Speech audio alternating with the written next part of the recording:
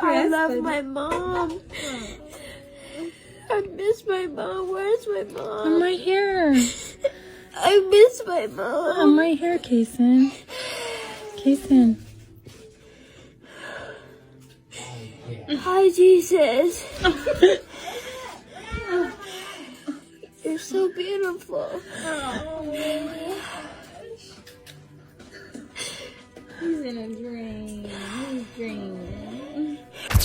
The moment his mother says he's dreaming, something shifts in the room. But we know better. This isn't just a dream. It's not a drugged response or a child's sleepy imagination at work.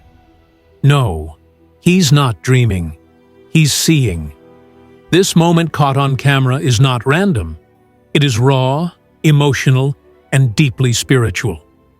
What this little boy begins to describe is something beyond comprehension, something sacred.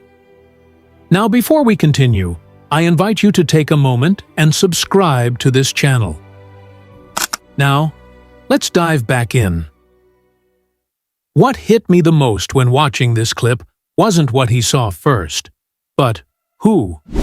In a hospital bed, surrounded by beeping machines and loved ones watching anxiously, this young boy, tears streaming down his cheeks, begins to cry, not from pain, but from the weight of a heavenly encounter. Check out what Cason said. Jesus, when are you coming back? We need you.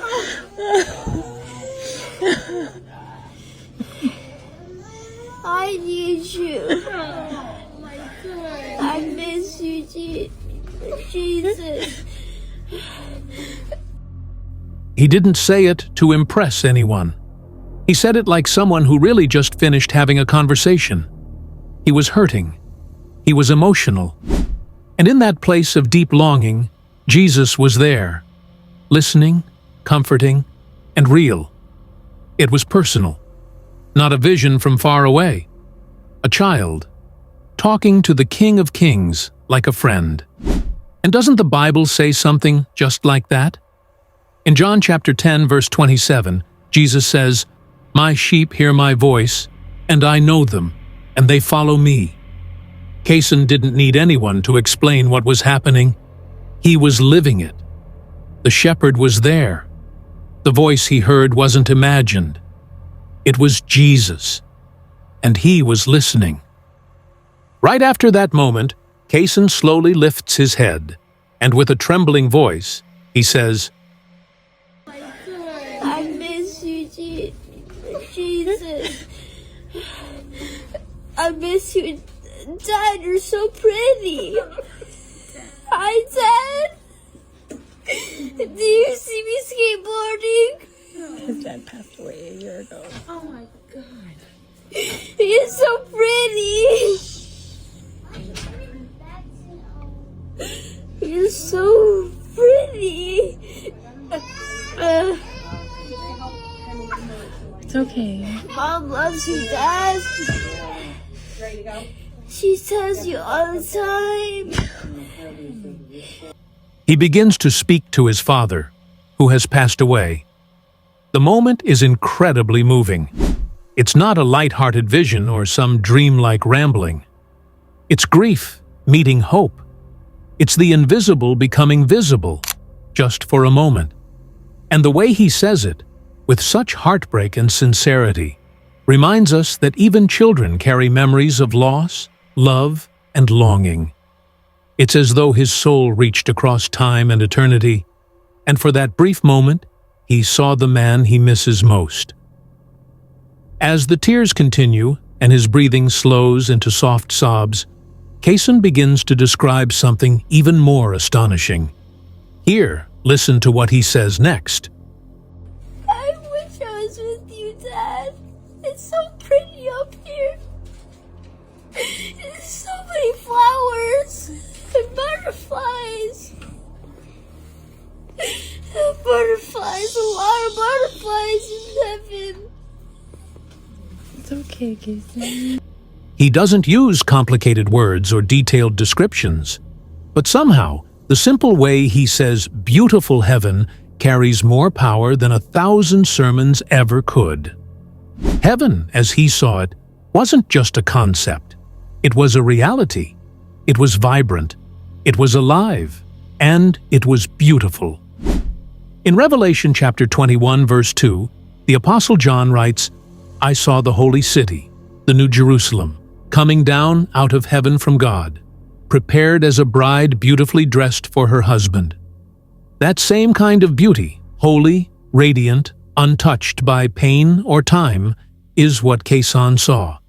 He didn't say it was bright or strange or wild. He said it was beautiful. That word, spoken in a moment of awe, says everything.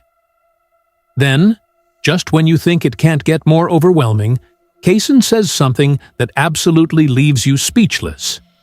Here's what Cason said next. Oh, God is so pretty. Cason. God is so pretty. Hey, look at me. He has fire eyes. Cason. Yeah, he does. I know he'll save everyone. He doesn't just say he saw light. He doesn't describe an angel or a person in glowing white. He says plainly that he saw God. And what stands out to him most is that God's eyes were filled with fire. Now, let that sit with you for a moment. This wasn't a child reading from a script.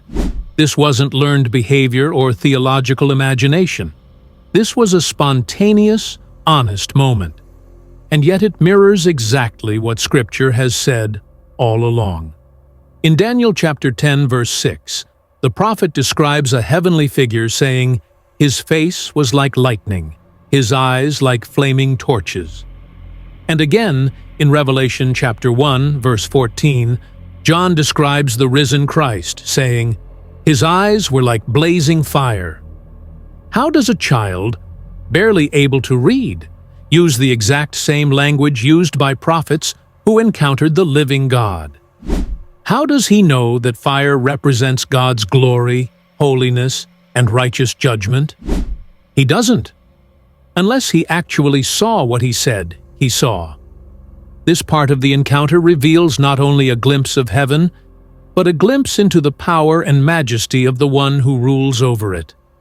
Some may say, well, he's just a kid. Maybe it was just the medicine. But we've heard children speak under stress before. We've seen confused statements from those under anesthesia. But this was different.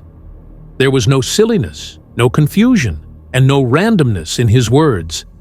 Everything was purposeful, emotional, and clear. He remembered his father.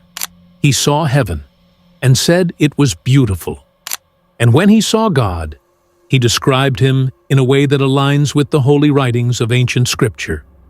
In Matthew chapter 19, verse 14, Jesus said, "Let the little children come to me, and do not hinder them, for the kingdom of heaven belongs to such as these."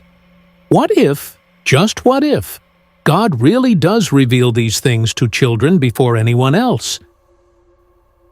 This story isn't just a touching moment caught on camera.